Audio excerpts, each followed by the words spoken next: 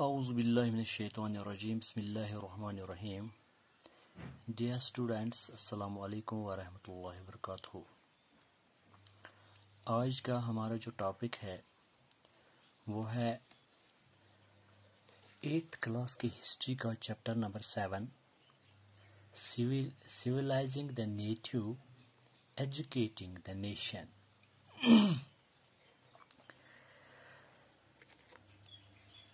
اس سے پہلے چیپٹرز میں ہم نے پڑھا ہے جو برٹش رول تھا اس نے کیا اثر ڈالا تھا راجاؤں پہ، نوابوں پہ، پیزنٹس پہ، ٹرائبلز پہ. یہ تو ہم پڑھ چکے ہیں. اب ہم اس چیپٹر میں کیا پڑھنا ہے کہ جب برٹش رول آیا تو اس کا کیا امپیکٹ پڑا اسٹوڈنٹس کی لائف پر. یہ تو ہم پہلے پڑھ چکے ہیں کہ جو برٹشرز تھے وہ نہ صرف انڈیا کو جیتنا چاہتے تھے بلکہ ساتھ ساتھ ریونیو کو بھی کلیکٹ کرنا چاہتے تھے. تو ہم یہ پڑھ چکے ہیں کہ کس طرح انہوں نے ریونیو کو کلیکٹ کیا اور کس طرح سے پالیسیز وغیرہ بنائی، اور ساتھ ساتھ انہوں نے یہ سوچا کہ یہاں پر کلچر مشن سٹارٹ کرتے ہیں کیونکہ انگریز یہ سوچتے تھے کہ یہاں کے لوگ جو ہیں وہ سویلائزڈ نہیں ہے.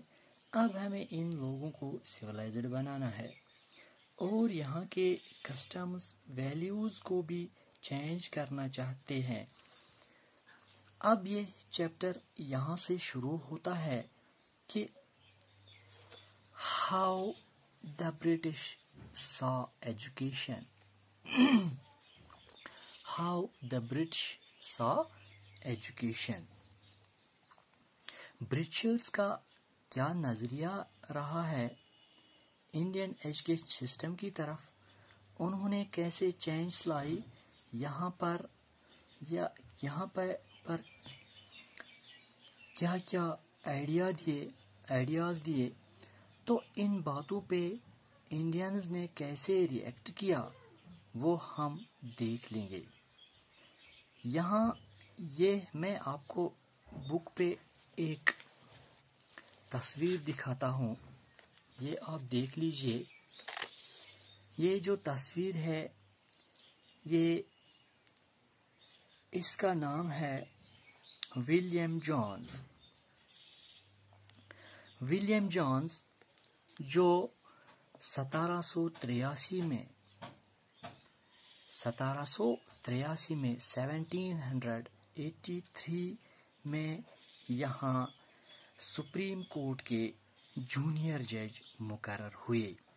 جو سپریم کورٹ کلکتہ میں ایسٹ انڈیا نے قائم کیا تھا.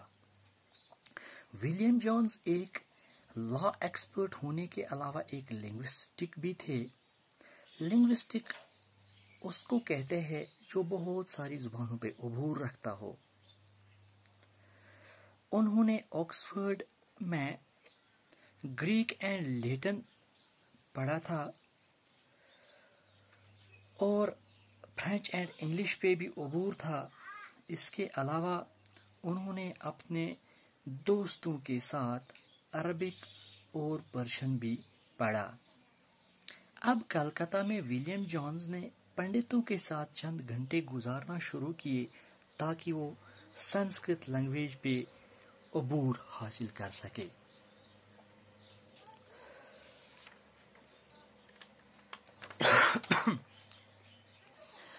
اور انہوں نے سنسکرت گرامر اور سنسکرت پوئٹری بھی سیکھی.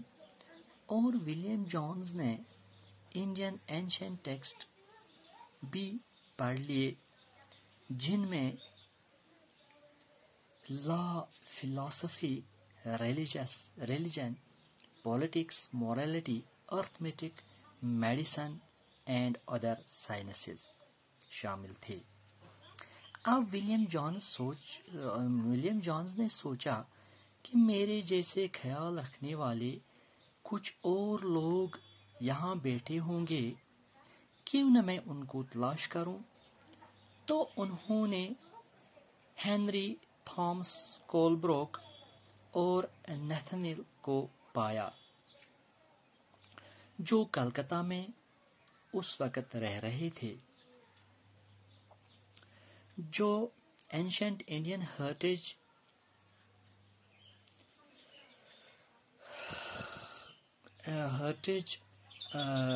کو ڈسکور کرنے میں لگے تھے، اور ساتھ ہی ساتھ انڈین لینگویج سیکھنے میں لگے تھے، اور سنسکرت پرشین لینگویج کو انگلش میں ٹرانسلیٹ کرنے میں لگے تھے۔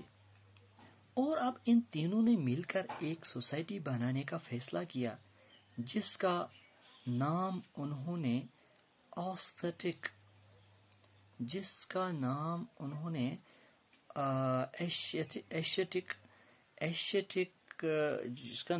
نے ایشیٹک سوسائٹی آف بنگال رکھا تھا۔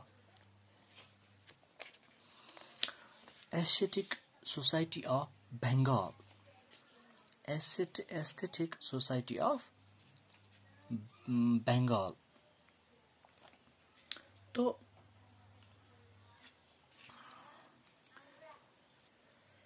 انہوں نے جب یہ سوسائٹی بنائی تو اس کا نام انہوں نے دے دیا Asiatic society of Bengal. John and Colebrooke جو تھے، انہوں نے ایک پازیٹیو ایٹیچیوڈ شو کیا، اور ان کا ریسپیکٹ جو تھا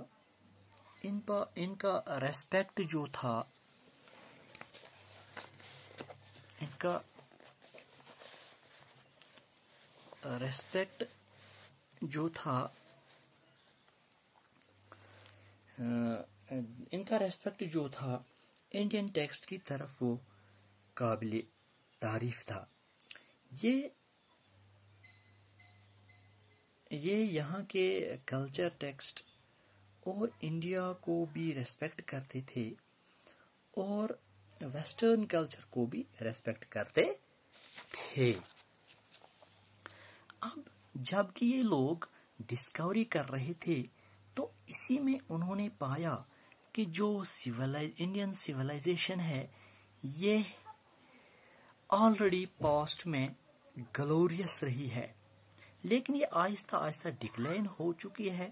تو اس لیے انہوں نے انڈیا کے کلچر کو انڈرسٹینڈ کرنے کے لیے یہاں کی سیکرٹ بکس پڑھی، یہاں کی لیگل بکس پڑھی جو اینشنٹ تھی۔ جیسا کہ آپ جانتے ہیں کہ یہاں یہ مختلف مذہبوں کے لوگ رہتے تھے، اور اینشنٹ بک کی تلاش میں یہ لوگ کیوں تھے؟ تاکہ یہ ہندو اور مسلم کے آئیڈیاز اور لاز کو اچھی طرح سے سمجھ سکے، اور ان بکس کو پہلے خود سمجھیں اور پھر ان بکس کو انگلش میں ٹرانسلیٹ کر کے دوسرے لوگوں کے لیے آسانی پیدا کریں، اور اس طرح اس کو نہ صرف انگریز لوگ سمجھ سکے، بلکہ یہاں کے مختلف مذہبوں کے لوگ بھی اس بات سے باخبر ہوں گے کہ ہمارا پاسٹ کیسا تھا، ہمارا کلچر کیا تھا، اور glories of their past and rediscover their own heritage. اب جب کہ کچھ کمپنی آفیشلز اس آئیڈیا پہ سوچنے لگے، تو انہوں نے سوچا کہ کیوں نہ ہم انڈین ٹیکسٹ کو انکریج کریں، جیسا کہ Sanskrit and Persian literature and poetry کو اس سے کیا ہوگا۔ ان آفیشلز نے سوچا کہ جب ہم انہی کے انسٹیٹیوشنز کو کھول دیں گے، اور ہم ایلینز لینگویج کو نہ پڑھانے کے بجائے ہندوز کو ہندو ٹیکسٹ اور مسلمانوں کو مسلم ٹیکسٹ پڑھائیں گے، اس سے کیا ہوگا؟ یہ لوگ یہاں کے ماسٹر بن سکے اور یہاں رول کر سکے. یہ ان کمپنی آفیشلز کا سوچ تھا. ایک ریزن یہ بھی تھا کہ جب انہی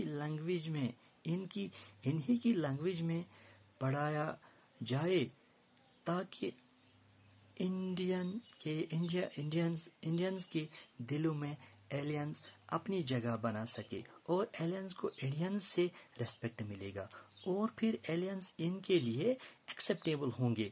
اب ان باتوں کو مد نظر رکھتے ہوئے انہوں نے 1781 میں کلکتہ میں مدرسہ قائم کیا. Arabic, Persian and Islamic law کو پروموٹ کرنے کے لیے اور بنارس میں ہندو کالج 1791 میں قائم کیا.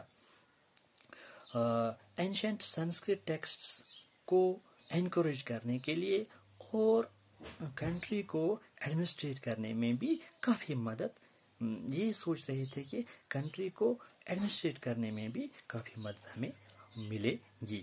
ایسا سب آفیشلز کا سوچ نہیں تھا، بلکہ others were very strong in their criticism of the Orientalists. تو یہ تھا ہمارا آج کا ٹاپک. کل انشاءاللہ ہم پڑھیں گے اسی چیپٹر کا topic grave errors of the East. خدا حافظ.